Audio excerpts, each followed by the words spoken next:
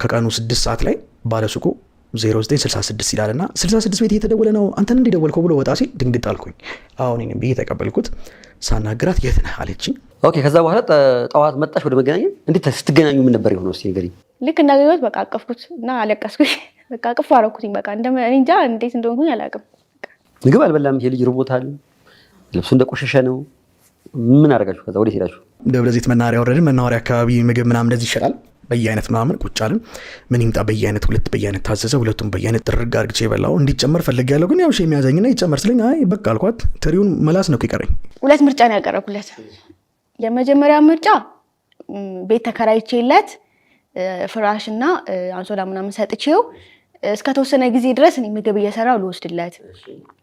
ሁለተኛ ምርጫ ግን እንደዚሁ ላፌ ነው ያልኩት። በቃ እንትን ደስ እንዲለው በቃ እንዳይ እንደዚህ ማለችኝ ምናምን ብሎ በቃ እንዲወስን እንጂ እንትን እንዲል አልነበረም። ከዛ አይ ወይስ እኔ ቤት እኖራለሁ ምናምን ስለው አንቺ ቤት እኖራለሁ አለ ቶሎ ብሎ። አላሰበበትም ራሱ። ካንቺ ጋር እኖራለሁ ኩባለች። አዎ ካንቺ ጋር እኖራለሁ አልኳት። እቺ ልጅ ቤት ተከራይታ ብታኖረኝ አንድ ቀን ቤት ኪራይ የምትከፍልልኝ ካጣው ድጋሚ ጎዳና ላይ ልወድቅ ነው። ስለዚህ እሷ እንደሆነ ጎዳና ላይ አትወድቅም፣ ካንቺ ጋር እኖራለሁ አልኳት። ወይኔ ያቺን ጉዳያን ማምለጥ ነው የፈለግከው አንተ? አዎ ደነገጠች። ከዛ ጠብቀኝ አልኩት። እሺ አሁንም ጠብቀኝ እንዴ ልትቀሪ? ጠብቀኝ አልኩትና ከዛ በኋላ ሄድኩኝና ቤቱን አስተካክዬ ምናምን ፍራሹን ምናምን አስተካክዬ ለየብቻ ምናምን አድርግቼ ከዛ ተመልሼ መጣ። ቤቷ ይዛኝ ገባች። ተከራይታ ነው የምትኖረው። ረጅም ዓመት ነው የኖረችው እዛ ግቢ። ደብቃ ነው ማታ ላይ ያስገባችኝ። ቤቷ ገባው። ቤቷ ቁጭ አልኩኝ። ልብስ ቅያሬ የለውም። ምን እንዴት ሆነ ጉዳዩ? እንዴት መኖር ጀመረ? ምን አደረግሽለት ታዲያ?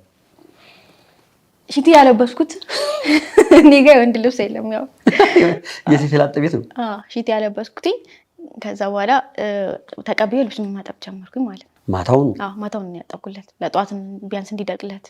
ሽቲዋን አለበሰችኝና ልብሴን ተቀበለችኝና ልብሴን ታጥብልኝ ጀመር እና ልብሴን ስታጥበው ጭቃ ነው ከውስጥ የሚወጣው። ማታ ነው እኔ ደግሞ ኧረ ላግዝሽ ብዬ ስወጣ ትቆጣለች።